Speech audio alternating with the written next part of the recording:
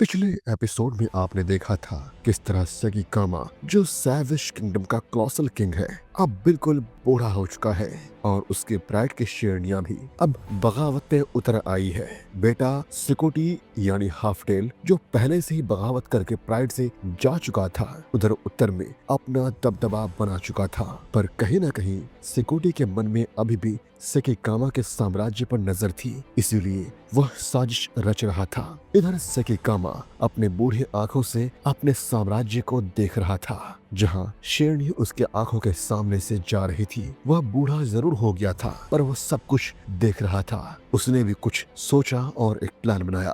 अब आगे की कहानी इस एपिसोड में हम देखेंगे। उत्तर का सवाना अब सिकोटी का था। रेनिगेट्स उसके 3 बड़े भाई हार चुके थे। पहला जख्मी होकर जंगल में गायब हो गया था, दूसरा लंगड़ाता हुआ दूर भागा था और तीसरा उसकी ताकत के सामने टिक नहीं पाया था। सिकोटी ने अपनी चालाकी और बेरहमी से ये जंग जीत ली थी। वो अब एक टीले पर खड़ा था। उसकी बिना पूंछ वाली शक्ल सूरज की रोशनी में चमक रही थी। रेनेगेट्स की शेरनियां जो पहले उनके साथ थी, अब सिकोटी की प्राइड का हिस्सा बन चुकी थी। उनकी आंखों में डर था, लेकिन सम्मान भी था। सिकोटी अब उत्तर का बेताज बादशाह था। सिकोटी ने न सिर्फ रेनेगेट्स को हराया, बल्कि उनकी प्राइड को भी अपना कर लिया था। शेरनियां अब उसके साथ थी और नए शावक पैदा हो रहे थे। सैविज किंगडम के रिकॉर्ड्स बताते हैं कि सिकोटी एक ऐसा शेर था जो ताकत और चालाकी का मिश्रण था। उसने शिकार करना सेकिकामा से सीखा था, एक भैंस को अकेले ढेर करने की कला। लेकिन उसकी नजर सिर्फ उत्तर पर नहीं रुकी थी। वो दक्षिण की ओर देखता था, जहां उसका बाप सेकिकामा अभी भी राज कर रहा था। सेकिकामा का सपना बड़ा था।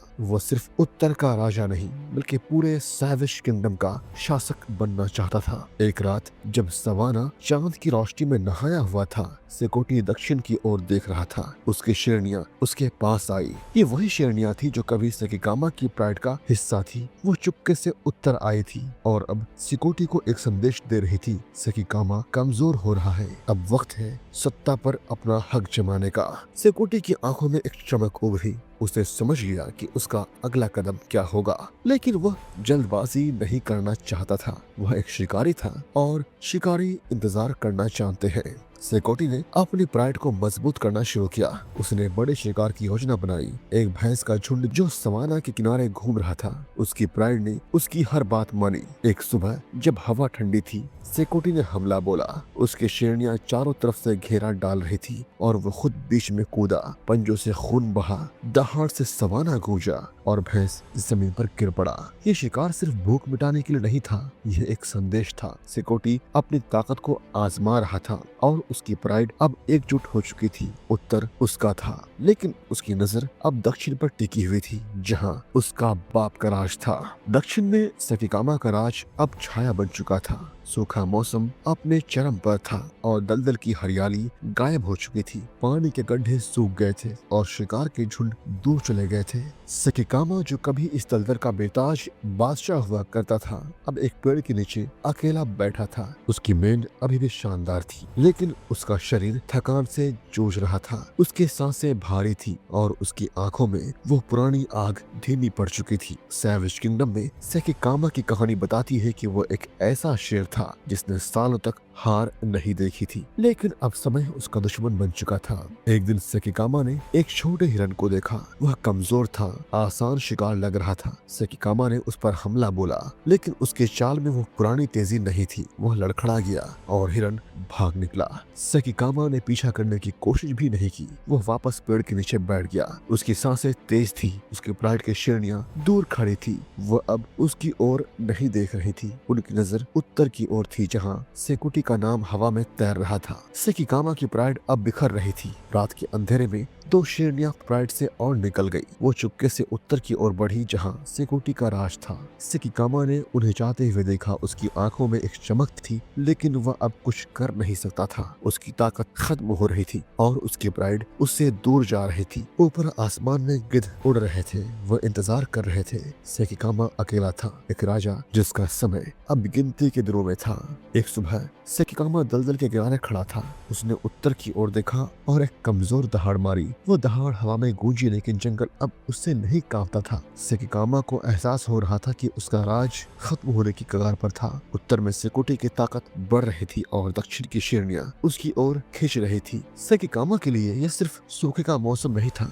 यह उसके पतन का मौसम था। उत्तर में बारिश का मौसम शुरू होने वाला था। सवाना फिर से हरा होने की तैयारी में था और सिकोटी अपने प्राइड के साथ तैयार था। उसकी शेरनियां उसके साथ थी और नए शावक उसकी ताकत का सबूत थे। लेकिन सिकोटी की नजर दक्षिण पर थी। वह जानता था कि सेकिकामा अब कमजोर था। शेरनियों ने उसे बताया था कि दक्षिणी दलदल सूख चुका था और सेकिकामा की प्राइड बिखर रही थी। सिकोटी ने फैसला कर लिया, बारिश का मौसम उसका मौका होगा। वो दक्षिण जाएगा और सेकिकामा से उसका तख्त छीन लेगा। सिकोटी ने अपनी प्राइड को इकट्ठा किया। उसने एक जोरदार दहाड़ मारी और सवाना उसकी आवाज से गूंज उठा, मानो वह जंग की शुरुआत करना चाहता है। उसकी शेरनियां उसके पीछे थी, वह तैयार थी। सिकोटी ने दक्षिण की ओर देखा और उसकी आंखों में एक ठंडी चमक थी। वो एक शिकारी था, एक योद्धा था और वो अब एक राजा बनने जा रहा था सैवेज किंगडम का। जंगल में सन्नाटा छा गया और बारिश की पहली बूंद गिरने लगी। ये सिर्फ मौसम बदलाव का नहीं था, ये एक राज के अंत और एक नए राज के शुरू होने का संकेत था। बारिश का मौसम आ गया था। दक्षिणी दलदल फिर से हरा हो रहा था। पानी की धाराएं बह रही थी और शिकार के झुंड लौट रहे थे। सिकोटी उत्तर का नया राजा अपनी प्राइड के साथ दक्षिण की सीमा पर खड़ा था। उसकी बिना पूंछ वाली शक्ल बारिश में चमक रही थी और उसकी आंखों में एक अजीब सी ठंडक नजर आ रही थी। उसकी शेरनियां उसके पीछे थी, वह तैयार थी। सिकोटी ने एक लंबी दहाड़ मारी जो हवा में गूंज उठी। ये एक संकेत था सेकिकामा के लिए कि उसका समय अब कम हो रहा था। सिकोटी ने अपने प्राइड को लेकर दक्षिण में कदम रखा। बारिश की बूंदें उनके शरीर से टपक रही थी और बिजली की चमक उनकी छाया को बड़ा कर रही थी। वह जल्दबाजी में नहीं था। उसके शेरनियों ने उसे बताया था कि सेकिकामा अब कमजोर हो चुका था। उसकी प्राइड बिखर रही थी और उसकी ताकत जवाब दे रही थी। सिकोटी का मकसद साफ था, वो सेकिकामा का तख्ता लेना चाहता था, लेकिन वो एक शिकारी था जो अपने मौके का इंतजार करना जानता था। दलदल के बीच एक ऊंचा टीला था जहां सेकिकामा खड़ा इंतजार कर रहा था। उसकी अयाल बारिश से भीग गई थी और उसकी सांसें भारी थी। उसकी प्राइड की कुछ शेरनियां उसके पास अभी भी थी जो पूरी तरह से लॉयल थी, लेकिन उनकी नजर अब उस पर नहीं टिक रही थी। तभी हवा में एक दहाड़ गूंजी, सिकोटी की। सेकिकामा की आंखें सिकुड़ गई। वह समझ गया कि उसका बेटा आ रहा था। उसने एक कमजोर दहाड़ मारी। यह उसका जवाब था, एक थके हुए राजा का आखिरी जवाब। बारिश तेज थी, दलदल का मैदान पानी और कीचड़ से भरा था। सेकिकामा धीरे धीरे टीले से नीचे उतरा। उसका शरीर थका हुआ था। उसकी चाल में अब वो पुरानी शान नहीं थी। दूर से सिकोटी अपने प्राइड के साथ दिखा। उसकी मौजूदगी ही एक चुनौती थी। सेकिकामा ने उसे देखा। उसकी आंखों में एक पुरानी आग चमकी, लेकिन वह अब धीमी थी। वो आगे बढ़ा, लेकिन सिकोटी ने कोई हमला नहीं बोला। वो बस खड़ा रहा, अपनी ताकत को दिखाते हुए। ये जंग हथियारों की नहीं, समय की थी। सेकिकामा मैदान में आगे बढ़ा। उसकी सांसें तेज थी और उसका शरीर लड़खड़ा रहा था। सिकोटी और उसकी शेरनियां उसे चारों तरफ से घेरने लगी, लेकिन कोई हमला नहीं हुआ। सिकोटी जानता था कि उसे अपने पंजे उठाने की जरूरत नहीं थी। सेकिकामा की उम्र और थकान ही उसका सबसे बड़ा दुश्मन था।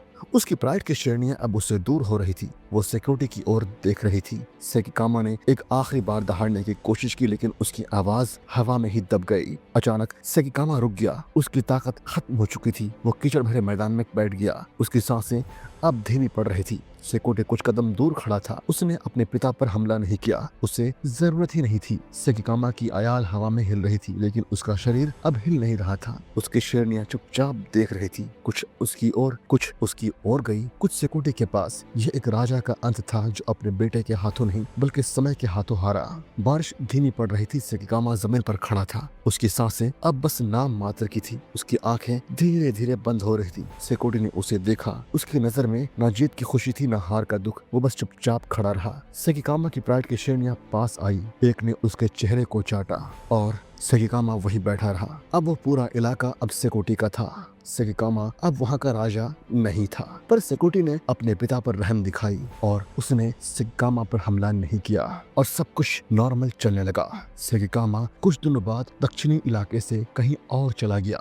इधर दक्षिणी दलदल फिर से जिंदा था। बारिश ने सूखी जमीन को हरा कर दिया था और शिकार के झुंड लौट आए थे। सेकिकामा का राज खत्म हो चुका था और अब सिकोटी इस दुनिया का नया शासक था। वो एक ऊंचे टीले पर खड़ा था। उसकी बिना पूंछ वाली शक्ल सूरज की रोशनी में चमक रही थी। उसकी प्राइड उसके चारों ओर थी। उत्तर और दक्षिण के शेरनियां अब एक हो चुकी थी। सिकोटी ने एक लंबी दहाड़ मारी और उसकी आवाज जंगल से लेकर सवाना तक गूंज उठा।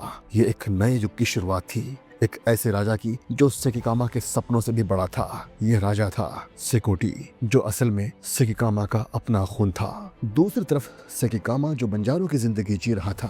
रेंजर्स ने उसे कई दिनों से नहीं देखा और वे सभी मान बैठे कि सेकिकामा अब इस दुनिया में नहीं है, क्योंकि उसकी उम्र काफी ज्यादा हो चुकी थी। और ये मानना किसी भी तरह से गलत भी नहीं है। और हम ये भी मानते हैं सेकिकामा हमारी यादों में हमेशा रहेगा, क्योंकि वह असल में था the colossal king of savage kingdom. हम में से जो लोग सेकिकामा के बारे में नहीं जानते हैं, मेरे पुराने वीडियोस को देखिए और आपको अंदाजा लग जाएगा कि सेकिकामा कितना ज्यादा ब्रूटल और खतरनाक शेर था। सिकोटी, जिसके बारे में आप अभी सुन रहे हैं, महज एक बच्चा है सेकिकामा के ऑरा के सामने। सेकिकामा वो शेर था जिसको देखने के लिए दूर दूर से लोग आते थे। सेकिकामा लायन फैंस की दुनिया में हमेशा याद किया जाएगा। दोस्तों, वीडियो अच्छी लगी तो लाइक शेयर जरूर कीजिएगा। धन्यवाद।